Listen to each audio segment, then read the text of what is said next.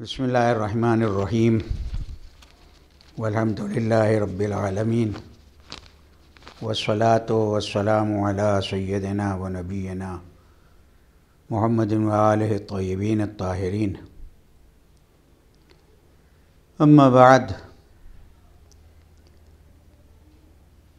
جو چیز خاص طور سے عرض کرنا ہے کہ اس وقت خصوصیت کے ساتھ بنو امیہ کے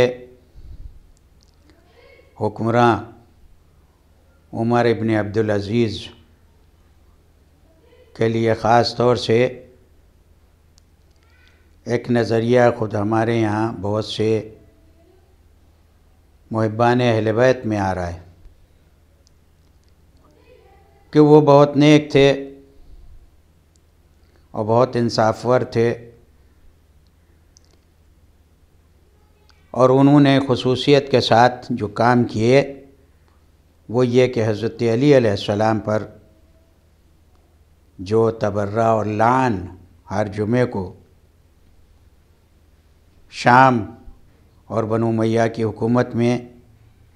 لازمی قرار دی گئی تھی، اس کو انہوں نے اپنے دور میں ختم کیا. تو اس کی وجہ سے دو وجہیں ہیں جس کی وجہ سے انہوں نے ختم کیا. اول تو یہ ہے کہ وہ شے تھی ہی ایسی کہ جس کو ختم ہونا تھا ہی.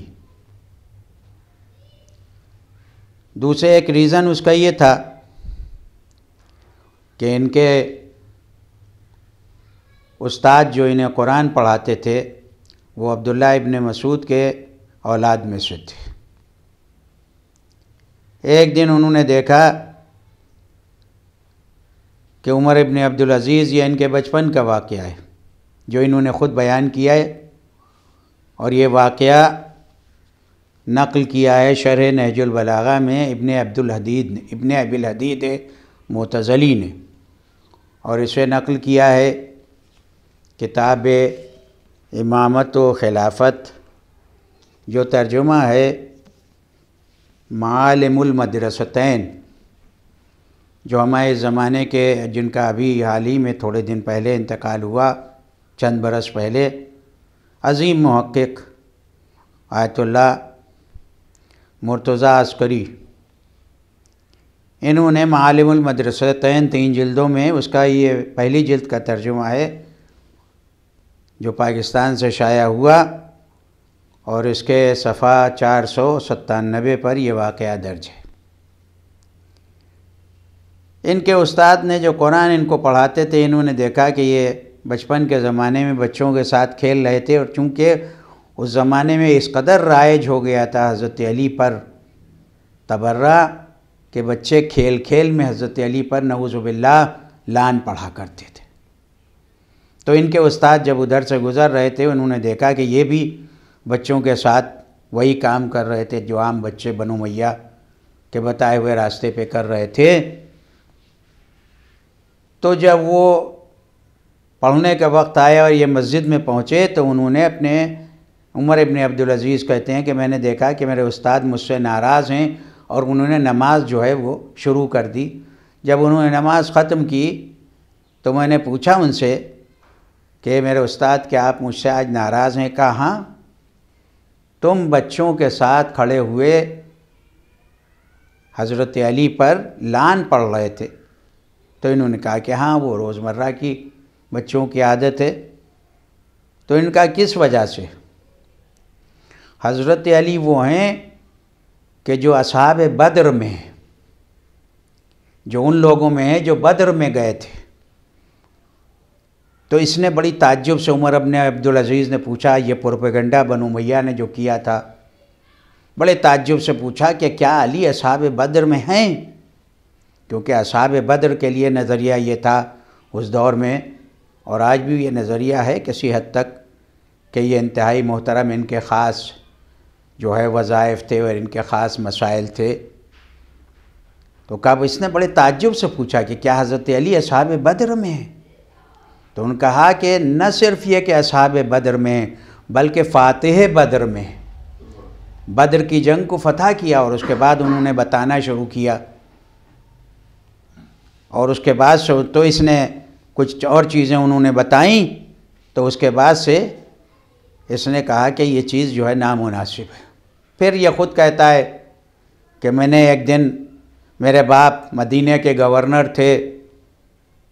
ظاہر ہے بنو امیہ کے دور میں بنو امیہ کے گورنر بھی ہوا کرتے تھے، تو عبدالعزیز ابن مروان یہ گورنر تھے بنو امیہ کے دور کے مدینہ کے، تو یہ بھی ہر جمعے کو حضرت علی پر تبرہ پڑھا کرتے تھے۔ عمر ابن عبدالعزیز کہتا ہے کہ میرے باپ جو ہیں بڑے فصیح و بلیغ تھے اور بہت زیادہ فصاحت و بلاغت تھی ان میں، لیکن جب وہ حضرت علی پر تبرے کی منزل پہ آتے تھے تو اس وقت ان کی زبان جو ہے وہ لکنت کرنے لگتی تھی۔ تو یہ کہتا ہے میں نے ایک دن اپنے باپ سے پوچھا کہ کیا وجہ ہے کہ آپ ایسے فصیح و بلیغ، جب آپ اس منزل پہ پہنچتے ہیں تو آپ جو ہے وہ آپ کی زبان جو لڑکھڑانے لگتی ہے، لکنت کرنے لگتی ہے۔ تو انہوں نے کہا کہ میرے بیٹے یہ مجھ سے نہ پوچھو، وہ چیزیں جو مجھے حضرت علی کے لیے فضیلت کی معلوم ہیں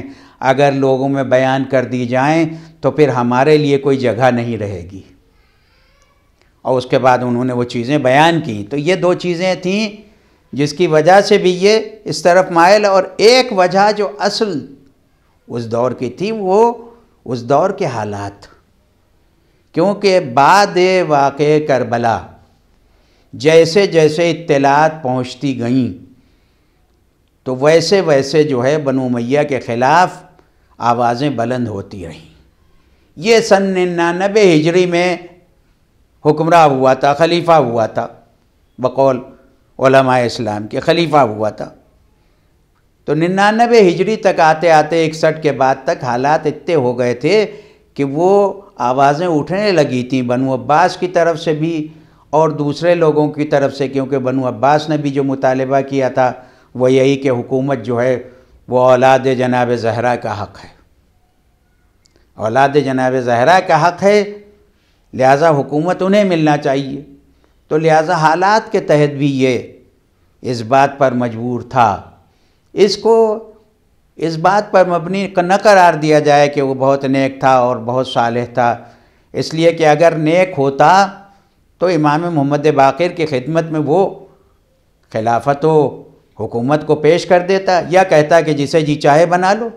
جیسے کہ یزید کے بیٹے نے کیا تھا کہ جب اسے تخت پہ بٹھایا گیا تو اس نے یہی تو کہا تھا کہ میرا باپ ظالم تھا اور یہ حکومت جو ہے غصبی ہے، یا تو سید سجاد کو مدینے میں جا کے یہ حکومت دے دو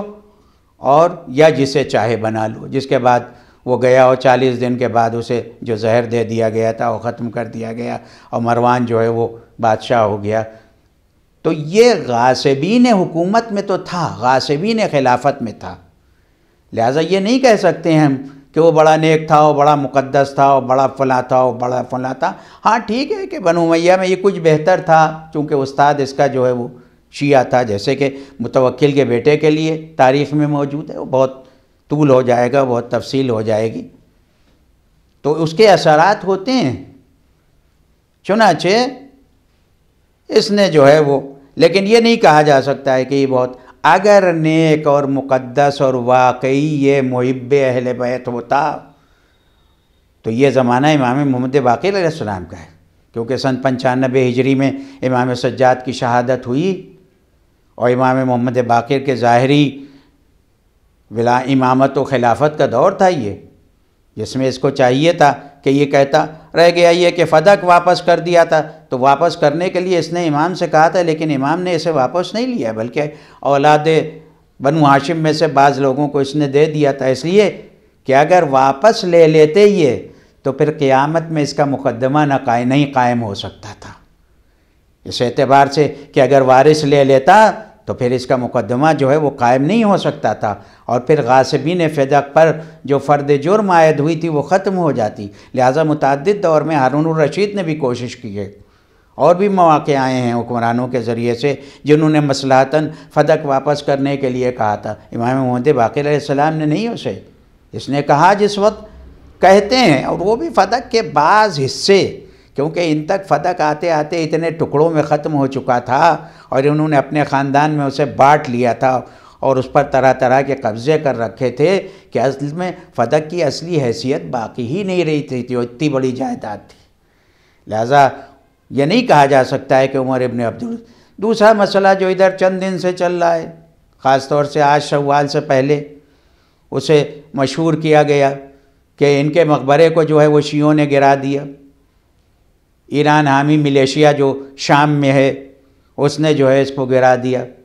تو شیعوں کا طریقہ مقبرے گرانا نہیں ہے۔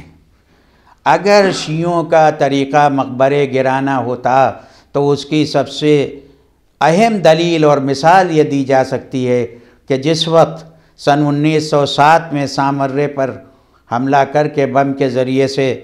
سامرے کے زری کو ختم کیا اور گنبد کو ختم کیا اور پورے روزہ جو ہے وہ منہدم ہوا، تو اس موقع پر پوری دنیا میں غم و غصہ تھا، اور خصوصاً عراق میں اور زیادہ۔ اس میں ایک موقع پہ میں موجود بھی تھا، وہاں بہت زیادہ غم و غصہ ظاہر ہونا بھی چاہیے تھا، لیکن اس موقع پر بھی شیعوں نے بغداد میں اعظمیہ میں واقع ابو حنیفہ کے مقبرے کو نقصان نہیں پہنچایا۔ اسی صورت سے خلانی جو بغداد کے حصے میں وہ علاقہ ہے، اس میں عبد القادر جیلانی کے مقبرے کو نقصان نہیں پہنچایا۔ اور سب سے بڑھ کے مثال بصرے سے متصل علاقہ ہے،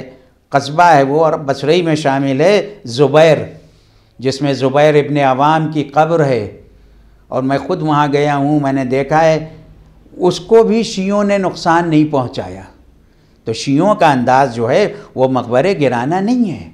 بلکہ یہ خاص مکتبہ فکر جس کے یہاں محمد ابن عبد الوہاب نے اور ابن تیمیہ نے یہ تعلیم دی ہے، اس کا انداز ہے۔ چنانچہ داعش اور نصرہ اور وہ تمام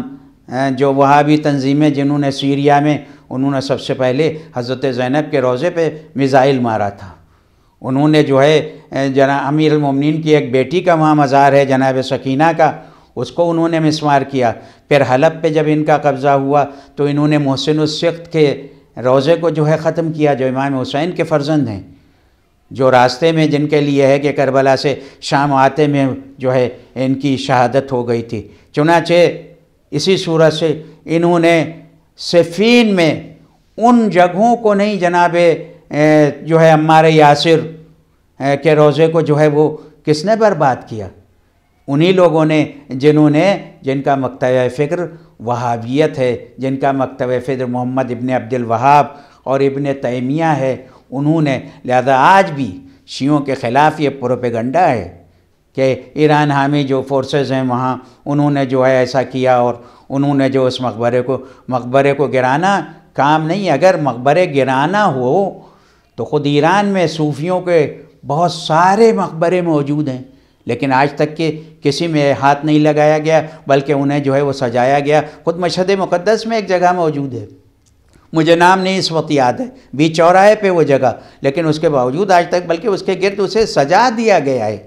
تو مقبرے گرانا اور قبریں گرا دینا اور قبروں کو مسمار کر دینا شیعوں کا مطمع نظر نہیں ہے، یہ صرف اور صرف ایک ہی مکتبہ فکر ہے مسلمانوں میں، جو محمد ابن عبد الوہاب کے تابع ہیں، جنہوں نے جنت البقیع، جنت المعلی، اور یہاں تک کہ انہوں نے جب سب سے پہلے اپنی تحریک شروع کی تو انہوں نے، میں مثال میں پیش کر دوں، دیریہ میں جہاں کے محمد ابن عبد الوہاب ہیں، تو وہاں جو ہے عمر ابن خطاب کے بڑے بھائی زید ابن خطاب کا مقبرہ تھا، سب سے پہلے انہوں نے وہاں ابتدا کی ہے، اور انہوں نے زید ابن خطاب کے مقبرے کو سب سے پہلے جو ہے وہ ڈھایا ہے۔ تاریخ نجد و حجاز اور تاریخ آل سعود اور دوسری کتابوں میں اس کے تذکرے کو پڑھا جا سکتا ہے۔ سب سے پہلے اس نظریے کے تحت جو ہے وہ مسلمانوں کے دوسرے خلیفہ جو ہیں، ان کے مقبرے، ان کے بھائی، بڑے بھائی تھے زید ابن خطاب، ان کے مقبرے کو دیریا سعودی عرب نجد میں گرایا گیا، وہیں سے اس کی ابتدا ہوئی۔ لہٰذا میری یہی گزارش ہے کہ عمر ابن عبدالعزیز کے سلسلے میں کوئی یہ نہ سوچے، اس لیے کہ یہ اسی طریقے سے غاصبین خلافت و امامت کے سلسلے میں، خلافت و حکومت میں ہیں جس طریقے سے ان کے آباء و اجداد تھے۔